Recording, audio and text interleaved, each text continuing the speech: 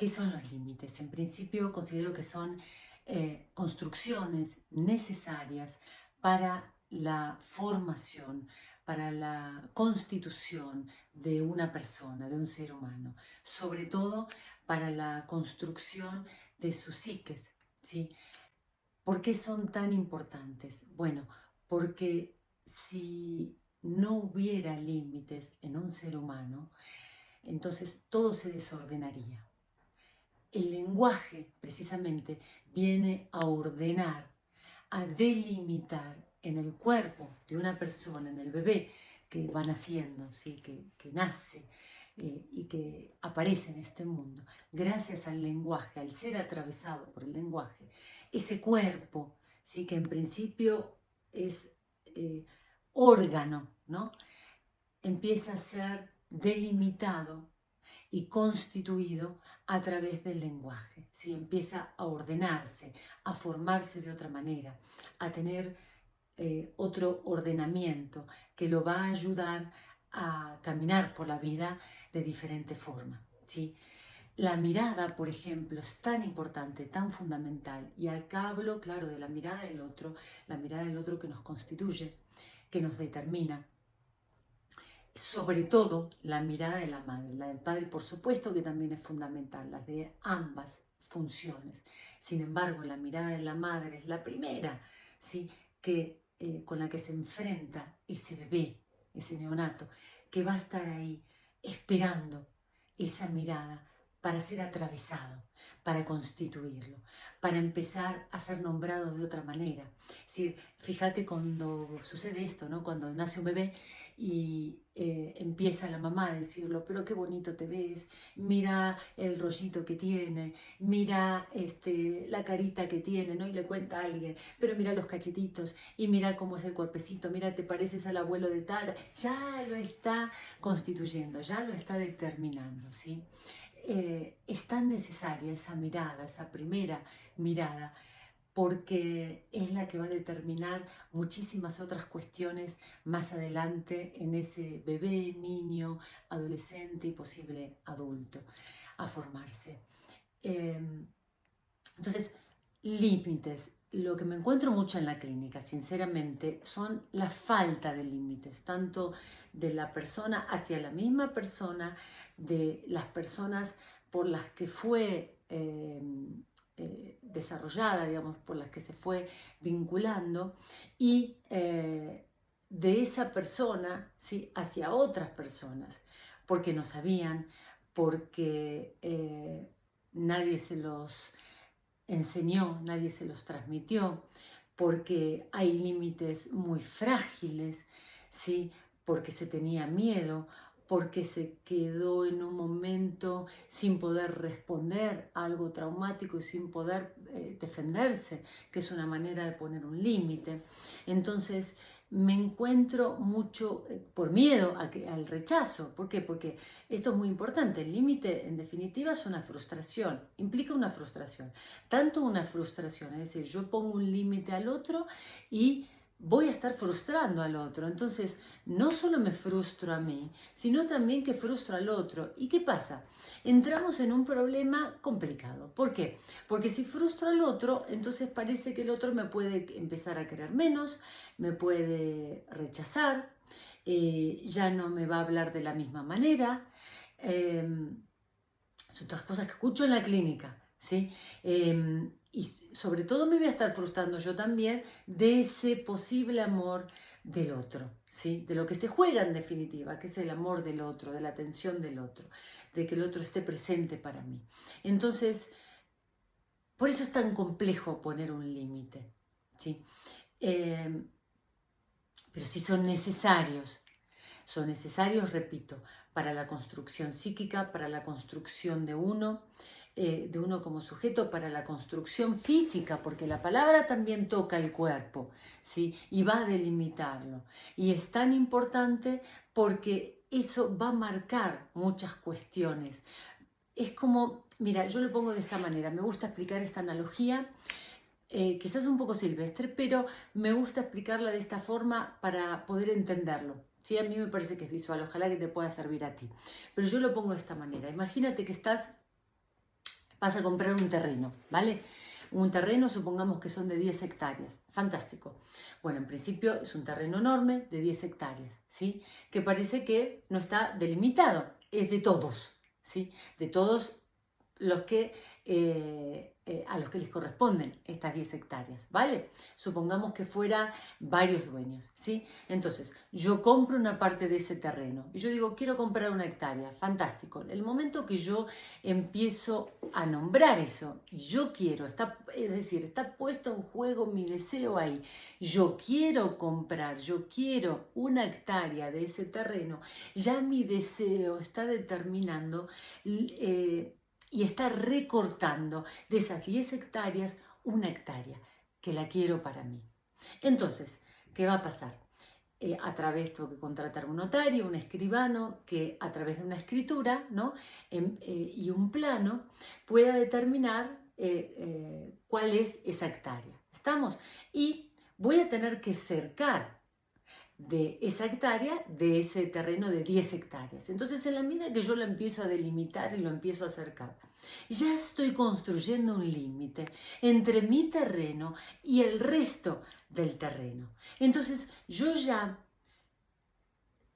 delimito, recorto, construyo mi espacio que me va a separar del espacio del otro y de los otros. Entonces, yo ya no le permito al otro que entre en mi terreno, ¿sí? Así nomás, como sucedía antes, que era todo de todos, que había un desorden, digamos, en general. No, sino que yo ya le estoy marcando hasta dónde va a llegar el otro conmigo, hasta dónde tiene que llegar y hasta dónde no. ¿Sí? Si va a querer entrar, yo le voy a tener que dar permiso, a no ser que me quiera robar. ¿Estamos? Entonces, esta es una manera de poder explicarte, ¿sí? Gráficamente, visualmente, cómo es importante la construcción del límite, lo que determina y lo que permite y lo que no permite. ¿Sí? Hasta dónde yo le permito que el otro entre en mí y hasta dónde no le permito que entre. Estamos. Cuando no existen los límites, hay algo que se desordena, ¿sí? Hay algo que se desestructura, se empieza a perder, ¿sí? Es casi llegar a la locura, psíquicamente. Entonces, de hecho, digamos, la locura entendida de una manera patológica y con toda la seriedad y compromiso que conlleva, es precisamente la falta de recortes, la falta de un deseo de tocar al otro, de limitarlo, ¿sí? De poner un límite. Entonces, lo importante aquí que te quiero transmitir es la importancia de poner límites, para qué sirven, para qué son necesarios, qué te van a determinar en un futuro, en un camino. ¿Sí? No es lo mismo saber hacia dónde uno va, ¿sí? Es decir, si yo señalo ahí, yo ya estoy marcando un límite posible, porque estoy diciendo eso sí y el resto no. Entonces ya estoy delimitando y recortando y ya me estoy labrando un camino posible hacia allá, pero no hacia el otro. ¿Esto qué quiere decir también en relación a los límites? Que claro, cada vez que yo recorto, que yo pongo un límite, hay una pérdida, ¿sí? Es decir, tiene un costo, esa elección tiene un costo. El límite, la elección de poner un límite, tiene un costo, como toda elección. Y bueno, tengo que saber y asumir, que eso es lo más importante, qué costo voy a tener que pagar por ese límite que estoy poniendo. Yo creo que en este caso, en el tema de las relaciones, ¿sí? ¿Cuál es el límite? Bueno, depende de cada uno, por supuesto, depende de cada vínculo, de cada relación, de la propia subjetividad de cada quien, porque los límites son muy subjetivos. Sin embargo, creo que puede haber cierta generalidad. Y en esto me refiero que, por ejemplo, una generalidad a tener en cuenta es, si yo no estoy poniendo límites y el costo ya es mi persona, bueno, ahí yo te preguntaría, ¿vale la pena que el costo seas tú mismo, sí, para no poner un límite. Es decir, el costo de no poner ese límite eres tú, vale la pena ponerte a ti a pagar, ¿sí? Ponerte todo tú, todo tu ser a pagar por ese límite que no estás poniendo. Es decir, vale la pena esa destrucción de ti mismo, ese sufrimiento por no poner un límite. Claro, y me vas a decir, es que me cuesta, es que no puedo ponerlo. Sí, lo sé que es un proceso a trabajar, sé que es un proceso a construir, sé que hay duelos, como va a haber una pérdida, hay un duelo o duelos a atravesar. Sí, por supuesto que sí, sé que no es fácil, pero lo que sí te digo es que es posible, porque si el costo es demasiado grande, creo que no vale la pena el vínculo, la relación que estés teniendo, es decir, ya no empieza a ser sana. Con esto quiero transmitirte que una relación, para que sea sana o lo más sana posible, porque en todo algo flaqueamos, todos en algo flaqueamos. Freud decía, en el día cruzamos varias veces la vereda, la calle, la acera, según el país en el que estés, varias veces estamos bordeando y quizá cruzamos y nos tentamos un poquito por el camino de la locura, pero regresamos la mayoría de las veces. Eso es lo que provoca el no poner límites. Sin embargo, ¿qué nos permite volver y regresar? Es precisamente el tener límites claros, el tener una relación sana, lo más sana posible, con límites. Las relaciones incondicionales, el amor incondicional, que antes hasta se veía casi romántico, no, soy incondicional para el otro y mi amor es incondicional y te amo hasta la muerte. Bueno, la verdad que eso no es nada sano, puede sonar muy poético, pero no es muy sano, ¿sí? ¿Por qué? Porque las relaciones deben tener un orden. Ese orden lo provocan ciertos límites, acuerdos, una estructura que encuadre, que uno sepa hacia dónde sí y hacia dónde no. Y que si va a cruzar ciertos límites, bueno, sabe que hay costos que tiene que asumir, que va a tener que asumir, que responsabilizarse y que pagar, ¿sí?